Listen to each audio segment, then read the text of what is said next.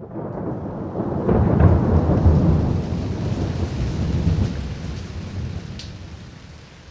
থেকেই আকাশের মুখ ভার আর টিপ টিপ করে বৃষ্টি পড়ছে। আজ শিবু মাঝি নৌকা নিয়ে বেরোচ্ছে মাছ ধরতে। এই বর্ষাকালটাই তো মাছ ধরার আদর্শ সময়।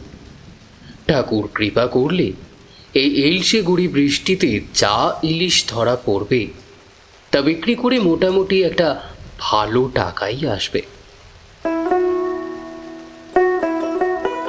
আজ বেরোবে আর ফিরতে ফিরতে দিন সাথে। শিবু মাঝি বিয়ে থা করেনি। এই সময়টাতেই ও যা নদীতে মাছ ধরার কাজ করে, বাকি সময়ে ও ওর নৌকা ভাড়া খাটায়, আর তাতে ওর বেশ চলে যায়। সব গুছিয়ে নিয়ে বেরোবার আগে ঠাকুর প্রণাম সেরে নিল সে। তার সহকারী গফুর অবশ্য আগে থেকেই নৌকাতে গিয়ে সব ব্যবস্থা করে রেখেছে। বেরোনোর সময় পাশের ঘরের সালমা চাচি অর্থাৎ গফুরের ঠাকুমার কাছে ঘরের চাবি দিয়ে শিবু বলল, চাচি, আজ আবার এক নতুন উপদ্রব যাইতাছে সাথে। কি এক অনলাইনের লোক আইতাছে, সে নাকি মাঝিদের ইলিশ ধরার জীবন কাহিনীর ভিডিও কইরা ছাড়বো। সব ওই গোফরাডার কাম, জানো চাচি। টাকা ভালোই দেবে কইছে, রাজি হয়ে গেছি। তাই সেই পোলাডা কি থাকবো নাকি তোদের লগে? অগো, তাই তো কইতাছে। আমাদের থাকার ঠিক নাই, খাবার ঠিক নাই, ঝড় বাদলা আছে, ওই নৌকোতে কোথায় থাকবো কত? তুমি গোফরারে বোঝাবা আগে ঠিকা, এসব যেন না করে। আমার টাকার দরকার নাই। হ হ বোঝাবো, তুমি অত চিন্তা কইরো না। যাও, আল্লাহ তোমাদের রক্ষা করুন। ব্যাপারটা আর কিছুই নয়। মাঝিদের জীবনযাত্রা নিয়ে একটা তথ্যচিত্র করবে বলে একটি নামী চ্যানেল থেকে শিবুর সাথে যোগাযোগ করে। চ্যানেলের মালিক রোহন রায় নিজে আসবে শুট করতে। শিবু তো এসবের কিছুই বোঝে না। সে গফুরের সাথে কথা বলতে সে লাফিয়ে উঠে আনন্দ করে বলে, কও কি চাচা, এমন সুযোগ কি বারবার আছে? ওরা অনেক টাকা দেবে তো, তাছাড়া আমাদের টিভিতেও দেখা যাবে। তুমি মানা কইরো না চাচা, তোমাকে আমার কসম রইল। শিবু গফুরকে খুবই ভালোবাসে। নিজে বিয়ে শাদী করেনি, আর গফুরও ছোটবেলাতে মা বাবাকে হারিয়ে এই ঠাকুমার কাছেই মানুষ হয়েছে। তাই গফুর কোনো কথা বললে সে মানা করতে পারে না ঠিক।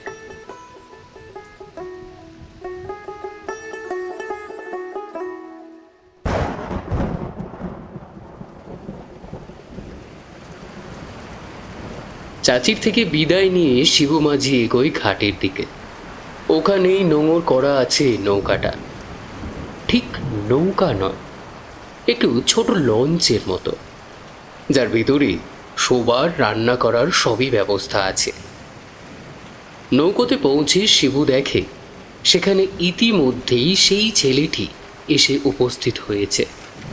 ওকে দেখে গফুর দৌড়ে এসে বলে, চাচা, এই ভাইয়া কোন থেকে বইসা আছে? তুমি এত দেরি করলা কেন? আরে দম নিতে দিবি তো নাকি?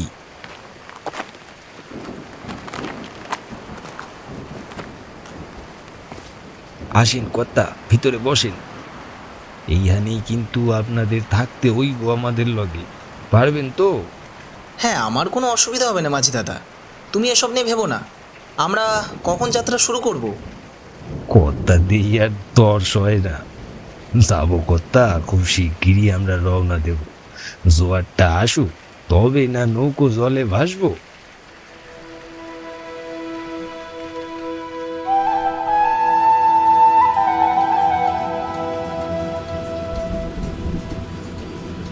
ঘন্টা খানেক পরে জোয়ার আসলে শিবুর নৌকা জলে ভাসে। 7 দিনের জন্য তারা আপাতত যাত্রা শুরু করে, আর রসদও রেখেছে দিন 7 তারপরে বেশি দিন লাগলে কোনো তীরে নৌকা ভিড়িয়ে সওদা করে নেওয়া যাবে। নৌকা এগোতে থাকে। নৌকার মাঝে হ্যারিকেনের আলো এক মোহময় পরিবেশ সৃষ্টি করেছে। বর্ষার ঘন কালো মেঘের মাঝে চাঁদ মাঝে মাঝে হালকা মুখ দেখি আবার টুক করে লুকিয়ে পড়ছে। জলো হাওয়া বৃষ্টির গন্ধ যেন পুরো নৌকাটাকে ভরিয়ে রেখেছে। আশেপাশে যে দু একটা নৌকা দেখা যাচ্ছে না এমন নয়, তারা নিজেদের মধ্যে সাংকেতিক ভাষাতে কথাও সেরে নিচ্ছে চিৎকার করে।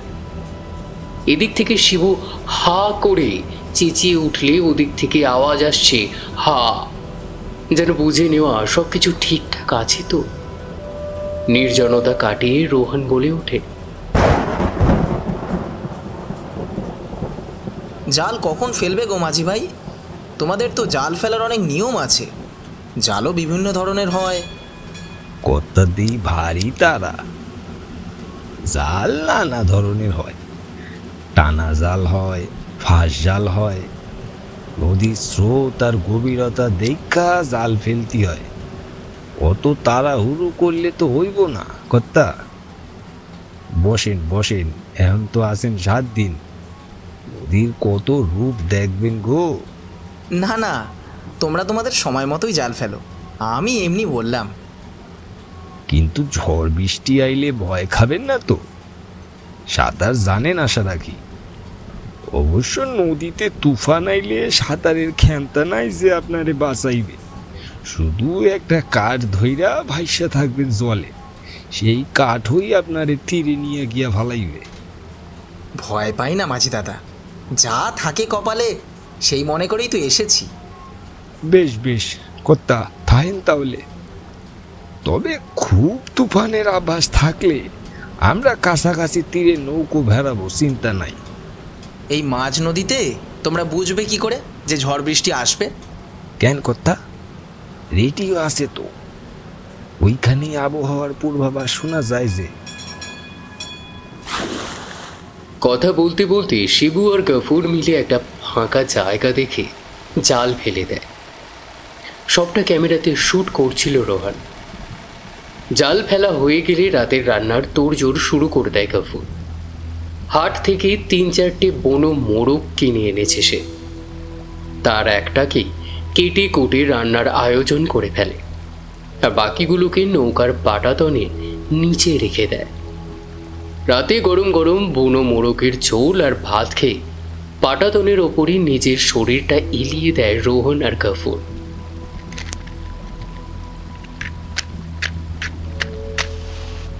শিবু একটা বিড়ি ধরিয়ে কেমন যেন আনমনে আকাশের দিকে তাকিয়ে থাকে।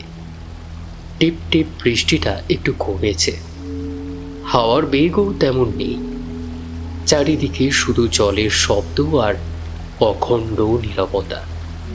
সেই নীরবতা ভঙ্গ করে রোহন বলে, মাঝি দাদা, তুমি তো এতকাল ধরে নৌকো চালাচ্ছ, তোমার কোনো ভৌতিক অভিজ্ঞতা হয়নি?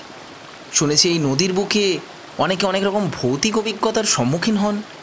চুপ থাকেন কর্তা, রাতের বেলায় এই মাঝ নদীতে ওনাদের নাম করবেন না। তাহলে আমি যেগুলো শুনেছিলাম সেগুলো সত্যি, তাই তো? এরকম কোনো অলৌকিক ঘটনা ঘটে থাকে তার মানে এই নদীর বুকে? সেই কর্তা অনেক কথা, তেনাদের কানে গেলি আর রক্ষে নেই। এই গফুর, এদিকেই তো তালতলা ঘাটটা না? চুপ চুপ কর্তা, একদম চুপ থাকেন। ওই ঘাটের নাম ভুলেও নেবেন না। তার মানে আমি যা শুনেছিলাম তা সত্যি, তালতলা নামে একটা হন্টেড ঘাট আছে সত্যি।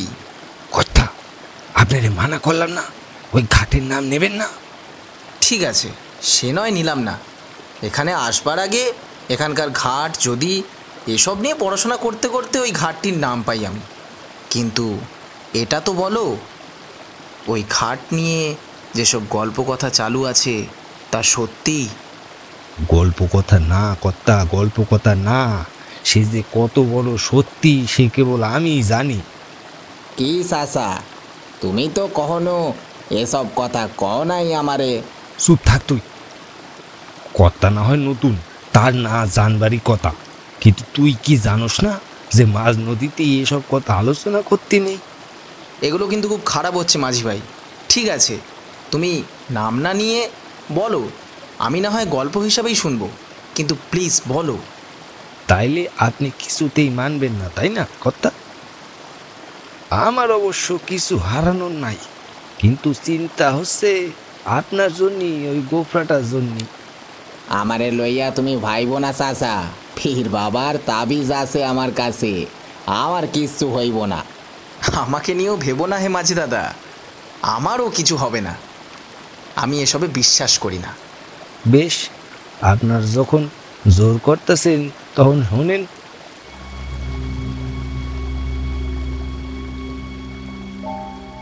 আপনারা তো জানেন কর্তা, আমি সারা বছর ঘটে লোক পারাবার করি, আর বছরে এই সময়টা ইলিশ ধরতেই আসি। এই ঘটনা আজ থেকে বহু বছর আগে, তখন সদ্য আমি ফেরি পারাপারের কাজ শুরু করছি, কোপরার তখন জন্মও হয় নাই। বলে চুপ করে যায় শিব। বোঝাই যাচ্ছে কোনো ভয়ঙ্কর অভিজ্ঞতার কথা বলার আগে নিজেকে প্রস্তুত করে নিচ্ছে সে। কিছুক্ষণ পরে বিড়বিড় করে ইষ্ট নাম জপ করতে থাকে সে। তারপর আবার বলা শুরু করে। যেরাম কইলাম, তখন আমি সদ্য ফেরি পারাপারের কাজ শুরু করছি। নিজের নৌকায় তখন নাই আমার, মহাজনের নৌকা ভাড়া লইয়া চালাই। সেই ফেরি পারাপারের সূত্রেই আলাপ তালতলা গায়ের বাসিন্দা হরেনের সাথে। ভারী ভালো ছেলে, আমার তো খুব পছন্দ হইল ওকে। শহরে কি একটা কারখানাতে কাম কাজ করত, শনিবার রাইতে বাড়ি ফিরত, আবার সোমবার ভোর ভোর রওনা দিত। ওকে কথায় কথায় হুদাইতাম ওর পরিবারের কথা, কাম কাজের কথা, মোট কথা আমার সাথে তার ভারী পটে গেল।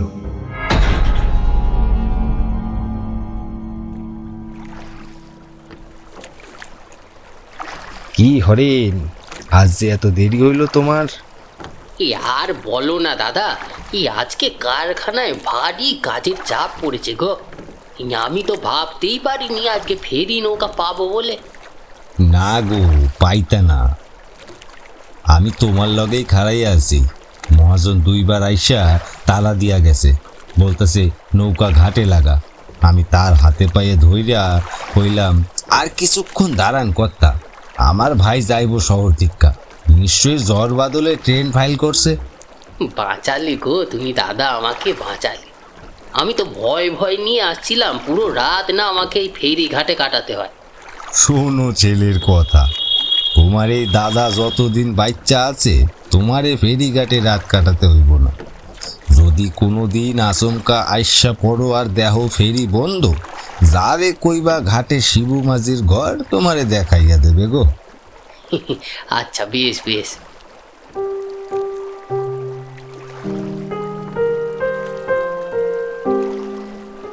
এতটাই ভালোবাসতাম আমি তারে, মাঝে মধ্যেই ঘরের থিক্কা এটা ওটা রেঁধে বেড়ে নিয়ে যাইতাম ঘাটে তার জন্য।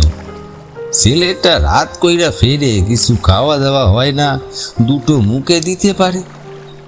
সে আমার রান্না খাবার খাইয়া খুব খুশি হইতো। শিবু দাদা, তুমি তো নৌকা চালানো ছেড়ে রান্নার কাজ নিতে পারো শহরে। হ্যাঁ, বড় বড় হোটেল তোমাকে একবারে লুপে নেবে। কি বানিয়েছো গো ল্যাডা শুক্তিটা! এই তাও তো তাও, আর একটু তাও তো।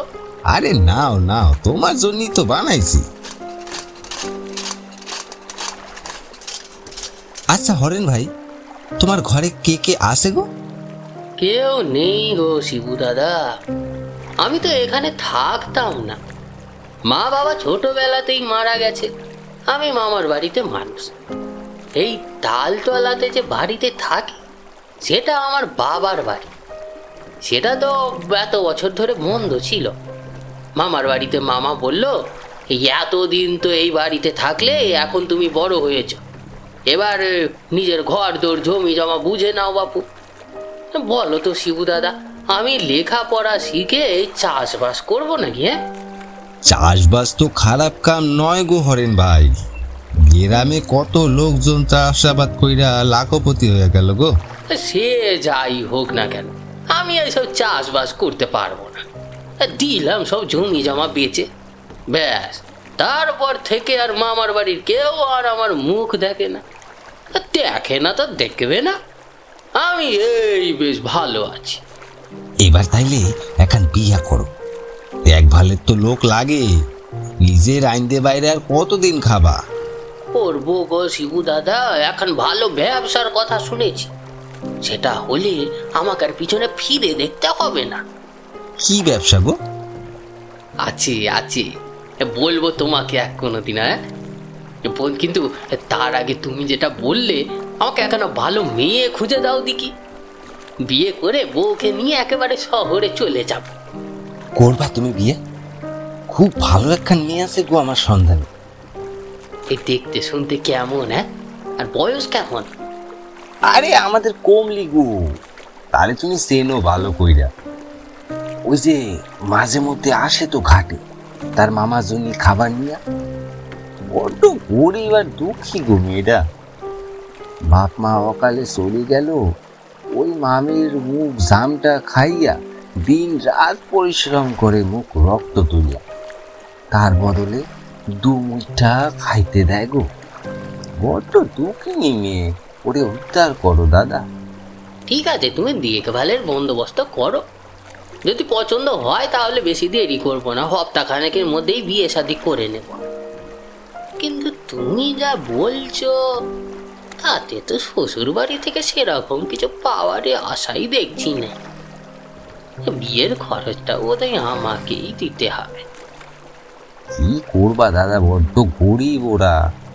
তো মাইয়া খান একের হীরা গো, তোমার আর কি চুরি ভাবনা হবে না, বড্ড লক্ষ্মীমন্ত মাইয়া গো।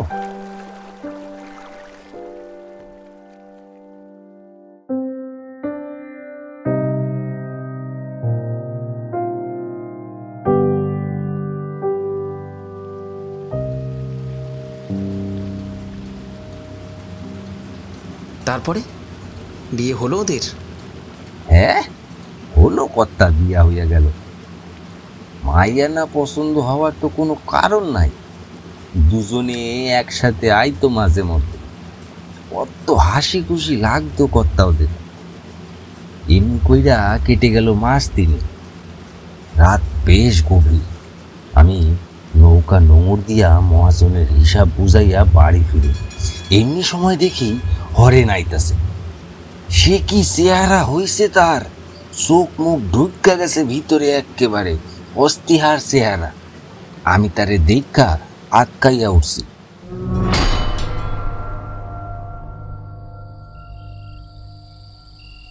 এ কি হরেন ভাই, কি হয়েছে তোমার?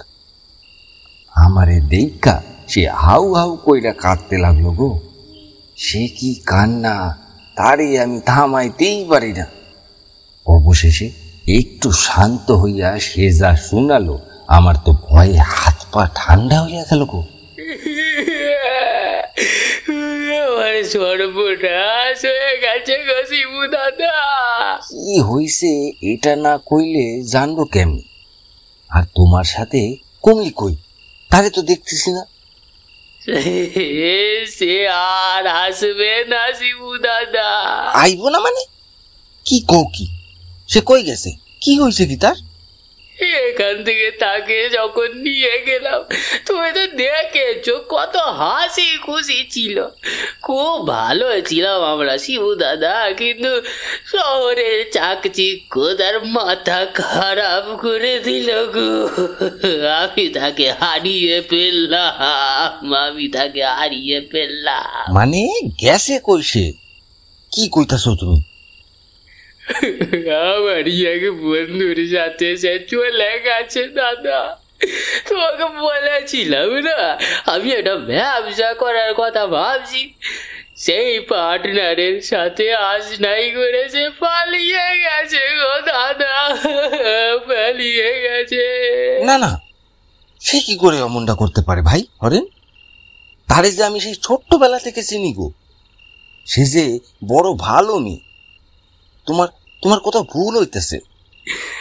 না গো শিবু দাদা, না কোনো ভুল হচ্ছে না আমার।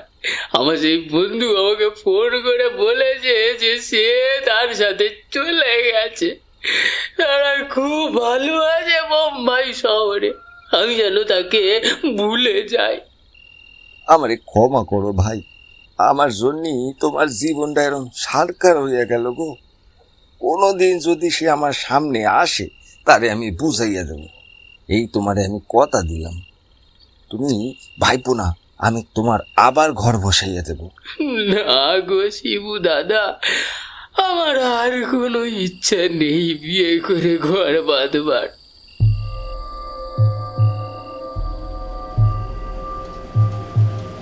তারপর থেকে অনেকদিন হরেনের আর দেখা পাইলাম না।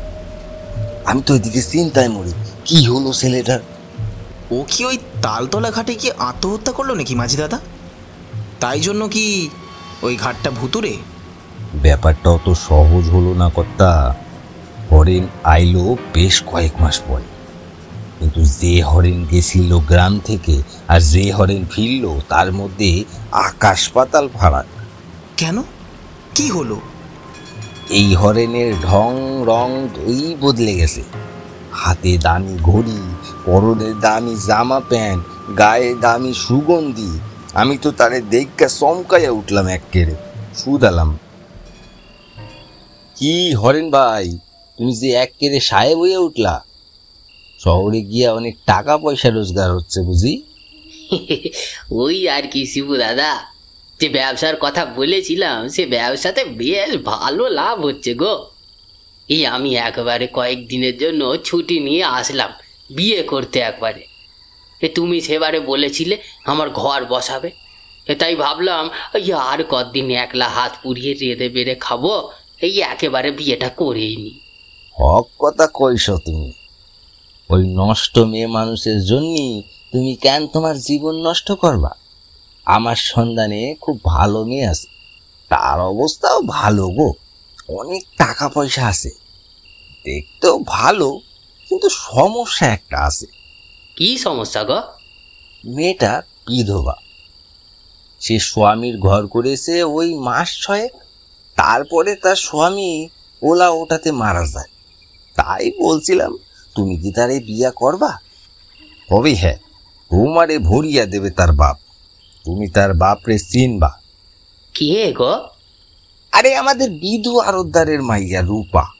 মেলা পয়সা বিদুর, কিন্তু মনে শান্তি নাই। ওই মেয়েরে লইয়া বড্ড অশান্তি তার। মাইয়াটা একটা সুপাত্রের হাতে পড়লে তবে বিধু আরতদারের মনে শান্তি আসে। ওই একটাই সন্তান তার, সে চোখ বুঝলে সবই তো ওই মাইয়ার। দেখতে শুনতেও তো খারাপ নয়। ঠিক আছে, তুমি আমার বিয়ে ঠিক করো তাড়াতাড়ি। কিন্তু তুমি মাইয়াটা দেখলাই না, না দেখাই বিয়ে করবা? তুমি দেখেছো তো, তাহলেই হবে। তুমি কথা বলে বিয়ে ঠিক করো। আমার তো তুমি ছাড়া আর কেউ নেই যে কথা বলবে আমার বিয়ের। বেশ, তাই হবে।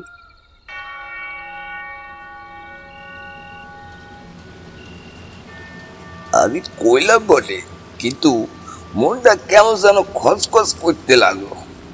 ওর চক্ষু দুইটা কেমন যেন লোভে চক চক করে উঠল। এই হরেন আমার বড্ড অচেনা। তারপরে বিয়ে হলো? হ্যাঁ, হইল বিয়া, খুব ধুমধাম কইরা হইল। বিদু একমাত্র মাইয়া, সে বিয়েতে কোনো ত্রুটি কিছু রাখলো না।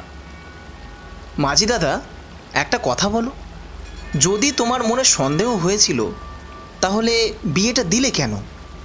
সেইটাই আমার সবচেয়ে বড় ভুল ছিল কর্তা। সেই ভুল আজও আমারে ঘুমাইতে দেয় না। তারপরে কি হলো? বিয়া কইরা হরেন বউ লইয়া চইলা গেল শহরে। যাওয়ার সময়ে আসি তারে শুধালাম, কি হরেন ভাই, বউ পছন্দ হইছে তো?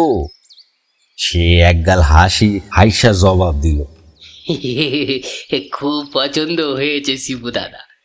দাঁড়াও, এর পরের বার এসে তোমাকে আবার শহরের বাড়ি নিয়ে যাবো।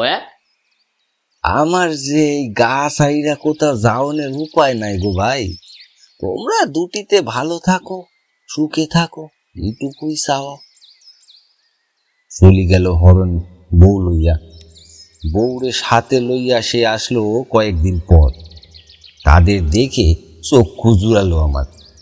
কদিন পরে শুনলাম আমাদের হরেন বাবা হতে চলিছে গো। ভাবলাম ছেলেটা এবারে থিতু হইল, কিন্তু ভগবানের মনির মধ্যে বোধহয় কিছু অন্যরকম চিন্তা ছিল। মাঝে মধ্যে হরেন একলাই আসতো, তার বউকে আনতো না। রূপারে আনো না কেন হরেন ভাই? আমি সুদালে কইতো, কেমন করে আনবো বলো, এতটা রাস্তা, তার যে ভরা মাস চলছে গো। প্রথমে ট্রেন, তারপরে ভ্যান রিক্সাতে, তারপর আবার নৌকা করে, তবে এখানে পৌঁছানো গো। এত দখল সইবে কেন গো তার? বড় ডাক্তার দেখিয়েছি, সে বলেছে এত ধকল তার আর তার পেটটার জন্য ঠিক নয়। তার বাপ মায়ের সাথে কথা হয় না? হ্যাঁ গো, সে আর বলতে। আমি এখনো বাড়িতে টেলিফোন নিতে পারিনি, কিন্তু রোজ তাকে আমি সাথে করে নিয়ে গিয়ে টেলিফোন করিয়ে কথা বলাই। বেশ বেশ, ভালো থাকো তোমরা।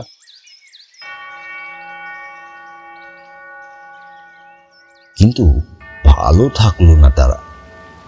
কদিন পরে শুনলাম কলতলাতে পা পিছলে পড়ে গিয়া রূপা মারা গেছে। ওই শোক সামলাইতে পারল না বিদু। একমাত্র মাইয়ার মারা যাওয়ার খবর পাইয়া সে ওই তালদিঘির ঘাটে গিয়া প্রাণ ত্যাগ দিল, ডুবে মরল ওই নদীর জলে। হরেন গ্রামে ফিরে অনেক কান্নাকাটি করলো। সে ঠিক করলো আর সে শহরে ফিরব না। এমনি কইরা কাটলো বছরখানে। এখন বিধু আরতদারের এত বড় ব্যবসা, বাড়ি জমি সম্পত্তির মালিক হইল আমাদের হরেন। সে সব দেখাশোনা করত, গুছাইয়া রাখতো বাড়ি ঘর, ওই ব্যবসাপত্র। সে আর বিয়ে করেনি? আমি আর তারে বিয়ার জন্য কিছু কই না, কারণ এটা বুঝেছিলাম তার ভাগ্যে বউয়ের সুখ নাই। কিন্তু একদিন দুপুরে সে ঘাটে আমার কাছে আসলো।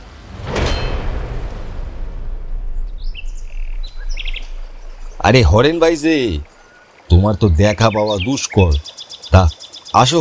কেমন গো? আর কেমন থাকবো গো শিবু দাদা, ওই জীবন কেটে যাচ্ছে। নিজেকে কাজে ডুবিয়ে দিয়েছি যাতে একলা আর না লাগে।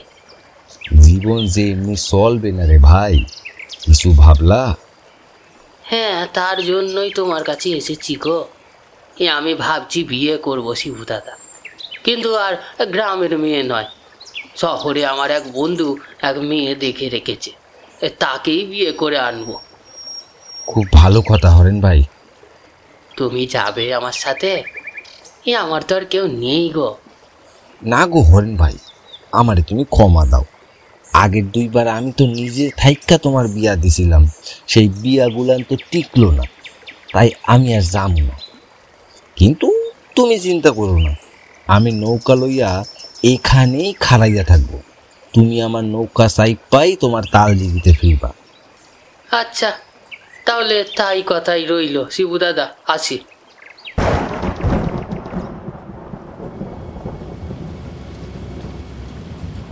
সে বিয়ে করে ফিরলো?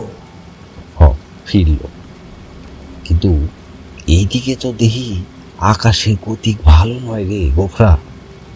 খুব সুবিধার তো লাগে না রে। তার মধ্যে তোরা এসব কথা বলাচ্ছিস আমারে দিয়া। মাঝ নদীতে একটা যদি বিপদ আপদ হইয়া যায়, বেঘরে পরানটা যাইব। তুমি কিছু ভাইব না গো চাচা, কিচ্ছু হইব না। এই পরানটা এত সহজে যাইব না গো। ভাবি কি আর সাত কইরা? সেদিনের কথা ভাবলে আজও আমার হাড়ে মরে আসে। কি হয়েছিল? আজ নয় সেই কথা থাউক, আকাশের গতি সুবিধার নয়। এই মাঝ নদীতে সেই কথা বললি যদি কোনো বিপদ আপদ হয়? কিছু হবে না, তুমি ভেবো না মাঝি দাদা, তুমি বলো।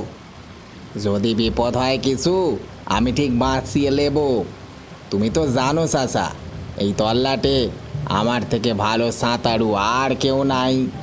এই বিপদে কোনো সাঁতারু কিছু করতে পারবো না রে।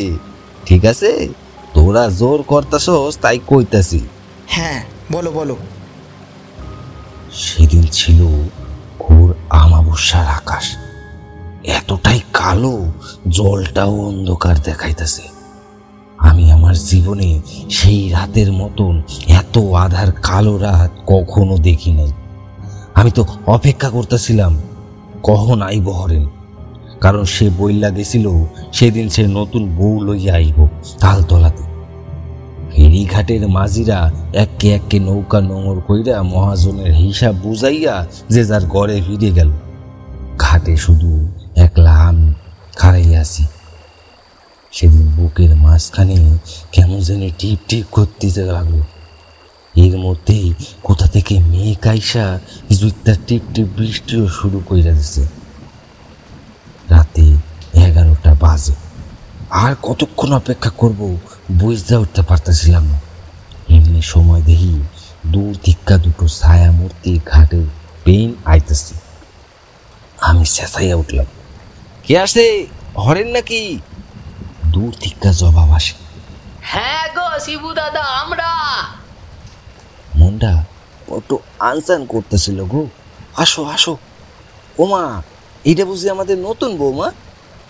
আসো বৌমা, এই নৌকার ভিতরে আইসো। তোমার এই শহুর ঘরে পৌঁছানোর দায়িত্ব এই শিবুদার। তার মানে হরেন শহর থেকে নতুন বউ বিয়ে করে গ্রামে আনলো, তারপরে ঠিক কি হলো? পৌঁছলো ওরা তালতলাতে?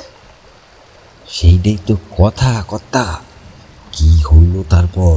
আমি দেখলাম হরেনের সাথে এক গলা ঘোমটার মুখ ঢাইকা এক মেয়ে মানুষ খাড়াই আছে। আমি ভাবলাম নতুন বউ বুঝি খুব লাজুক। আমি তারে কইলাম, বৌমা বৌমা, আমি তোমার দাদা হই, এত লজ্জা কিসের গো? এই পাটাতনের উপর পা রাইখা নৌকাতে ওঠন লাগবো। এত বড় ঘুমটা দিলে যে দেখতে পাবা না, মা পইরা গেলে যে বিপদ হইব। ঘুমটার নিচে থেকে আওয়াজ আসলো, আমি ঠিক পারবো, আপনি ভাববেন না। তা বেশ, আইসো সাবধানে। পাটাতনের উপর বসলো দুজন। আধার যেন আরো গাঢ় হয়ে উঠেছে। আকাশের গতিও ভালো নয়। চারিদিকে জলের আওয়াজ ছাড়া আর কোনো শব্দ নাই। কর্তা, আজও মনের মধ্যে ছাপা ছাইয়া আসে সেই রাত। হরেন কইল, এই আর বলো না দাদা, ওইদিকে যে বড্ড বৃষ্টি হচ্ছে। তোমার বৌমা ভিজে একবারে অপসা। ভ্যান রিক্সা থেকে নেমে এসে বললো শ্বশুর বাড়ি যাবো এই ভিজে শাড়িতে। এই আমি শাড়িটা বদলে নিই একটু বলে ওই পুকুর ধারে গিয়ে শাড়ি বদলে আসলো। সে তো আর আসে না, আমি দাঁড়িয়েই আছি। তারপরে অনেকক্ষণ পর দেখি আসলো এই এক গলা ঘুমটা দিয়ে। বলো দেখি, বলে শ্বশুর বাড়ি যাবো, লজ্জা করে। নৌকা তখন প্রায় মাঝ নদীতে। সেই নতুন বউ কইল, শিবু কাকা, তুমি বিধু আরতারের লাশ দেখছো? আমি চমকাই উঠলাম। এ কার গলা শুনতেছি? আর শিবু কাকা বললে তো সে ডাকতো আমারে। হরেন চমকাইয়া নতুন বউয়ের দিকে তাকাইল। এ তুমি কার কথা জিজ্ঞাসা করছো? হ্যাঁ, আর তোমার গলার আওয়াজও এরকম হচ্ছে কেন? হ্যাঁ, তুমি কে? এমন সময়ে আকাশ বাতাস কাঁপাইয়া সেই নারী মূর্তি কইয়া উঠল, আমি তো তোমার নতুন বিয়া করে আনা বউ গো, চিনলে না বুঝি? রূপা, এ তো তোর গলা রে। তুই তাহলে মরিস নাই? শিবু কাকা, এ তুমি কার হাতে আমায় তুলে দিয়েছিলে? এই দেখো তোমার রূপা। ঠিক এমন সময়ে বিদ্যুৎ চমকায় উঠল। দেখি ঘুমটা খুইলা নৌকার উপর খাড়াই আছে আমাগো রূপা। চক্ষুর জায়গায় সাদা কোনো মনি নাই। মুখের পাশ দিয়ে রক্ত ঝইরা পড়তেছে। আর তার পেটের মধ্যে যে বাচ্চাটা আছে তা বোঝা যায় তার ফোলা পেট দেখা। মাথা দিয়ে রক্ত পড়তেছে। সে কি ভয়ানক দৃশ্য! এ কি রূপা, তুই তো মইরা গেছিলিস। হরেন তো তাই কইছিল কলপারে আসার খাইয়া। শিবু কাকা, তুমি ভয় পেও না, এই শয়তানটার জিজ্ঞেস করো, ওই বলবে সব কথা। দেখলাম হরিণীর মুখ ভয়ে সাদা হয়ে গেছে। সে রূপার পা ধরে বলে উঠল, আমাকে ক্ষমা করে দাও রূপা, আমাকে মেরে ফেলো না রূপা, ক্ষমা করে দাও রূপা। ক্ষমা? মনে পড়ে সেদিন ঠিক এমনি করে আমি প্রাণ ভিক্ষা চেয়েছিলাম, দিসনি তোরা? শয়তান, এতটুকু দয়া করিসনি। যন্ত্রণা দিয়ে আমাকে মেরেছিলিস, পেটের মধ্যে ততক্ষণ লাথি মেরেছিলিস যতক্ষণ না পেটের বাচ্চাটা না মরে। তারপরে দেওয়ালে মাথা ঠুকে ঠুকে আমাকে ক্ষত বিক্ষত করে মেরেছিলিস। তুই একটার পর একটা বিয়ে করে তাদের পাচার করে দিতিস দূর দেশে। আমি রাজি হইনি, তাই তুই আর তোর বন্ধু মিলে আমাকে খুন করলি। আমি বলেছিলাম পুলিশকে সব জানিয়ে দেব, তাই আমাকে তোরা এত কষ্ট দিয়ে মারলি। আমি মরতাম, ক্ষতি ছিল না। তুই আমার পেটের বাচ্চাটাকেও মেরে ফেললি। কাকা, পেটের মধ্যে তার কি ছটফটানি। আমার শোকে আমার বাপটাও মরল। শয়তান, তোকে আমি কিছুতেই ছাড়বো না। কি কইতেছস রূপা? তোরে খুন করছে এই পাষণ্ড? আর কুমলি, সে কোথায়? কমলিকে পাচার করে দিয়েছে এই শয়তান, আর এখানে এসে বলছে ও নাকি কারোর সাথে পালিয়ে গেছে। শুধু এই গ্রামে নয়, আরো অনেক মেয়েকে প্রেমের জালে ফাঁসিয়ে ও আরো সেই বন্ধু পাচার করে দিয়েছে। মনে আছে আমাকে মারবার সময় তোদের সেই হাসি? আমাকে ক্ষমা করে দাও। ক্ষমা? তুই যেমনি তোর বিয়ে আমাকে মেরেছিলি, আমার পেটেরটাকে মেরেছিলি, সেইভাবে তোকে আমি জলে ডুবিয়ে ডুবিয়ে মারবো। ওইভাবে কষ্ট পাবি, তাহলেই আমার মুক্তি। তুই আবার একটা মেয়েকে বিয়ে করেছিলিস, তাকেও শেষ করার জন্য। তোর ওই বন্ধুকেও আজ শেষ করে এসেছি। দেখলাম রূপার শরীর থেকে একটা একটা করে বস্ত্র খইয়া পড়তেছে। নৌকার উপর খাড়াইয়া আছে এক কঙ্কাল। মুহূর্তে সেই কঙ্কাল হাত দিয়া হরেনের শরীরটা নিয়ে জলের মধ্যে ডুবাইয়া দিল, আবার তুললাও নিল। যতক্ষণ না ওর শরীর থেকে পরানটা বার হইল ততক্ষণ সে মেয়ে করতে লাগলো। এক সময় দেখলাম হরিণের লাশটা জলে ভাইসা উঠল। তালতলার ঘাটে আইসা নৌকা ভিড়ল, আর নৌকার উপর বৈশা আছে বিধু আর উদ্ধার। তারপরে আমার কিছু মনে নাই। পরের দিন মাঝিরা বেহুশ অবস্থাতে মাঝ নদী থেকে আমারে উদ্ধার করে নৌকো কইরা মাঝ নদীতে পৌঁছালো। আমি জানি না।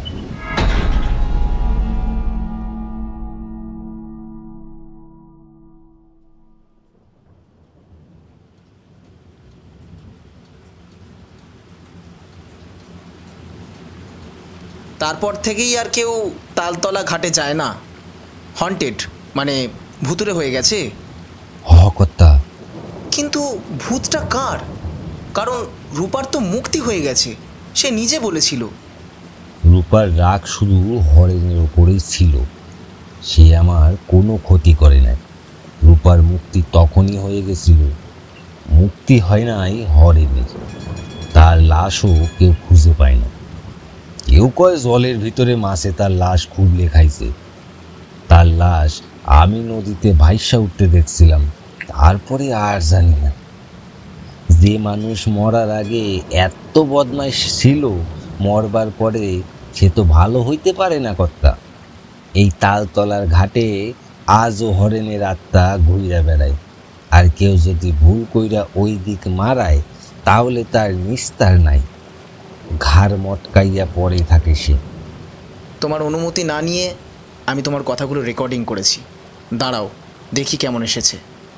ভুল করলা গো কর্তা, এর মধ্যে কত মাইয়ার যে চোখের জল লুকাই আছে। এটা তো ভালোই হলো মাঝি দাদা, এই কথা কত লোকে জানবে। কিন্তু এ কি, কিছু রেকর্ড হয়নি গো, পুরোটাই ব্ল্যাঙ্ক এসেছে। খালি জলের আওয়াজ শোনা যাচ্ছে। তোমার আওয়াজ যে কিছুই আসেনি। এ কি করে সম্ভব গো? একটা জিনিস বুঝলাম, রূপার মুক্তি বোধ হয় এখনো হয় নাই। যতদিন ওই হরেনের না মুক্তি ঘটবে, রূপাও মুক্তি ঘটবে না, কিংবা হয় নাই ওই পেটেরটার জন্যই হয়তো। হায় রে রূপা, তোর আর কমলির এই দুর্দশার জন্যই হয়তো আজান্তেই আমি দায় হই রে।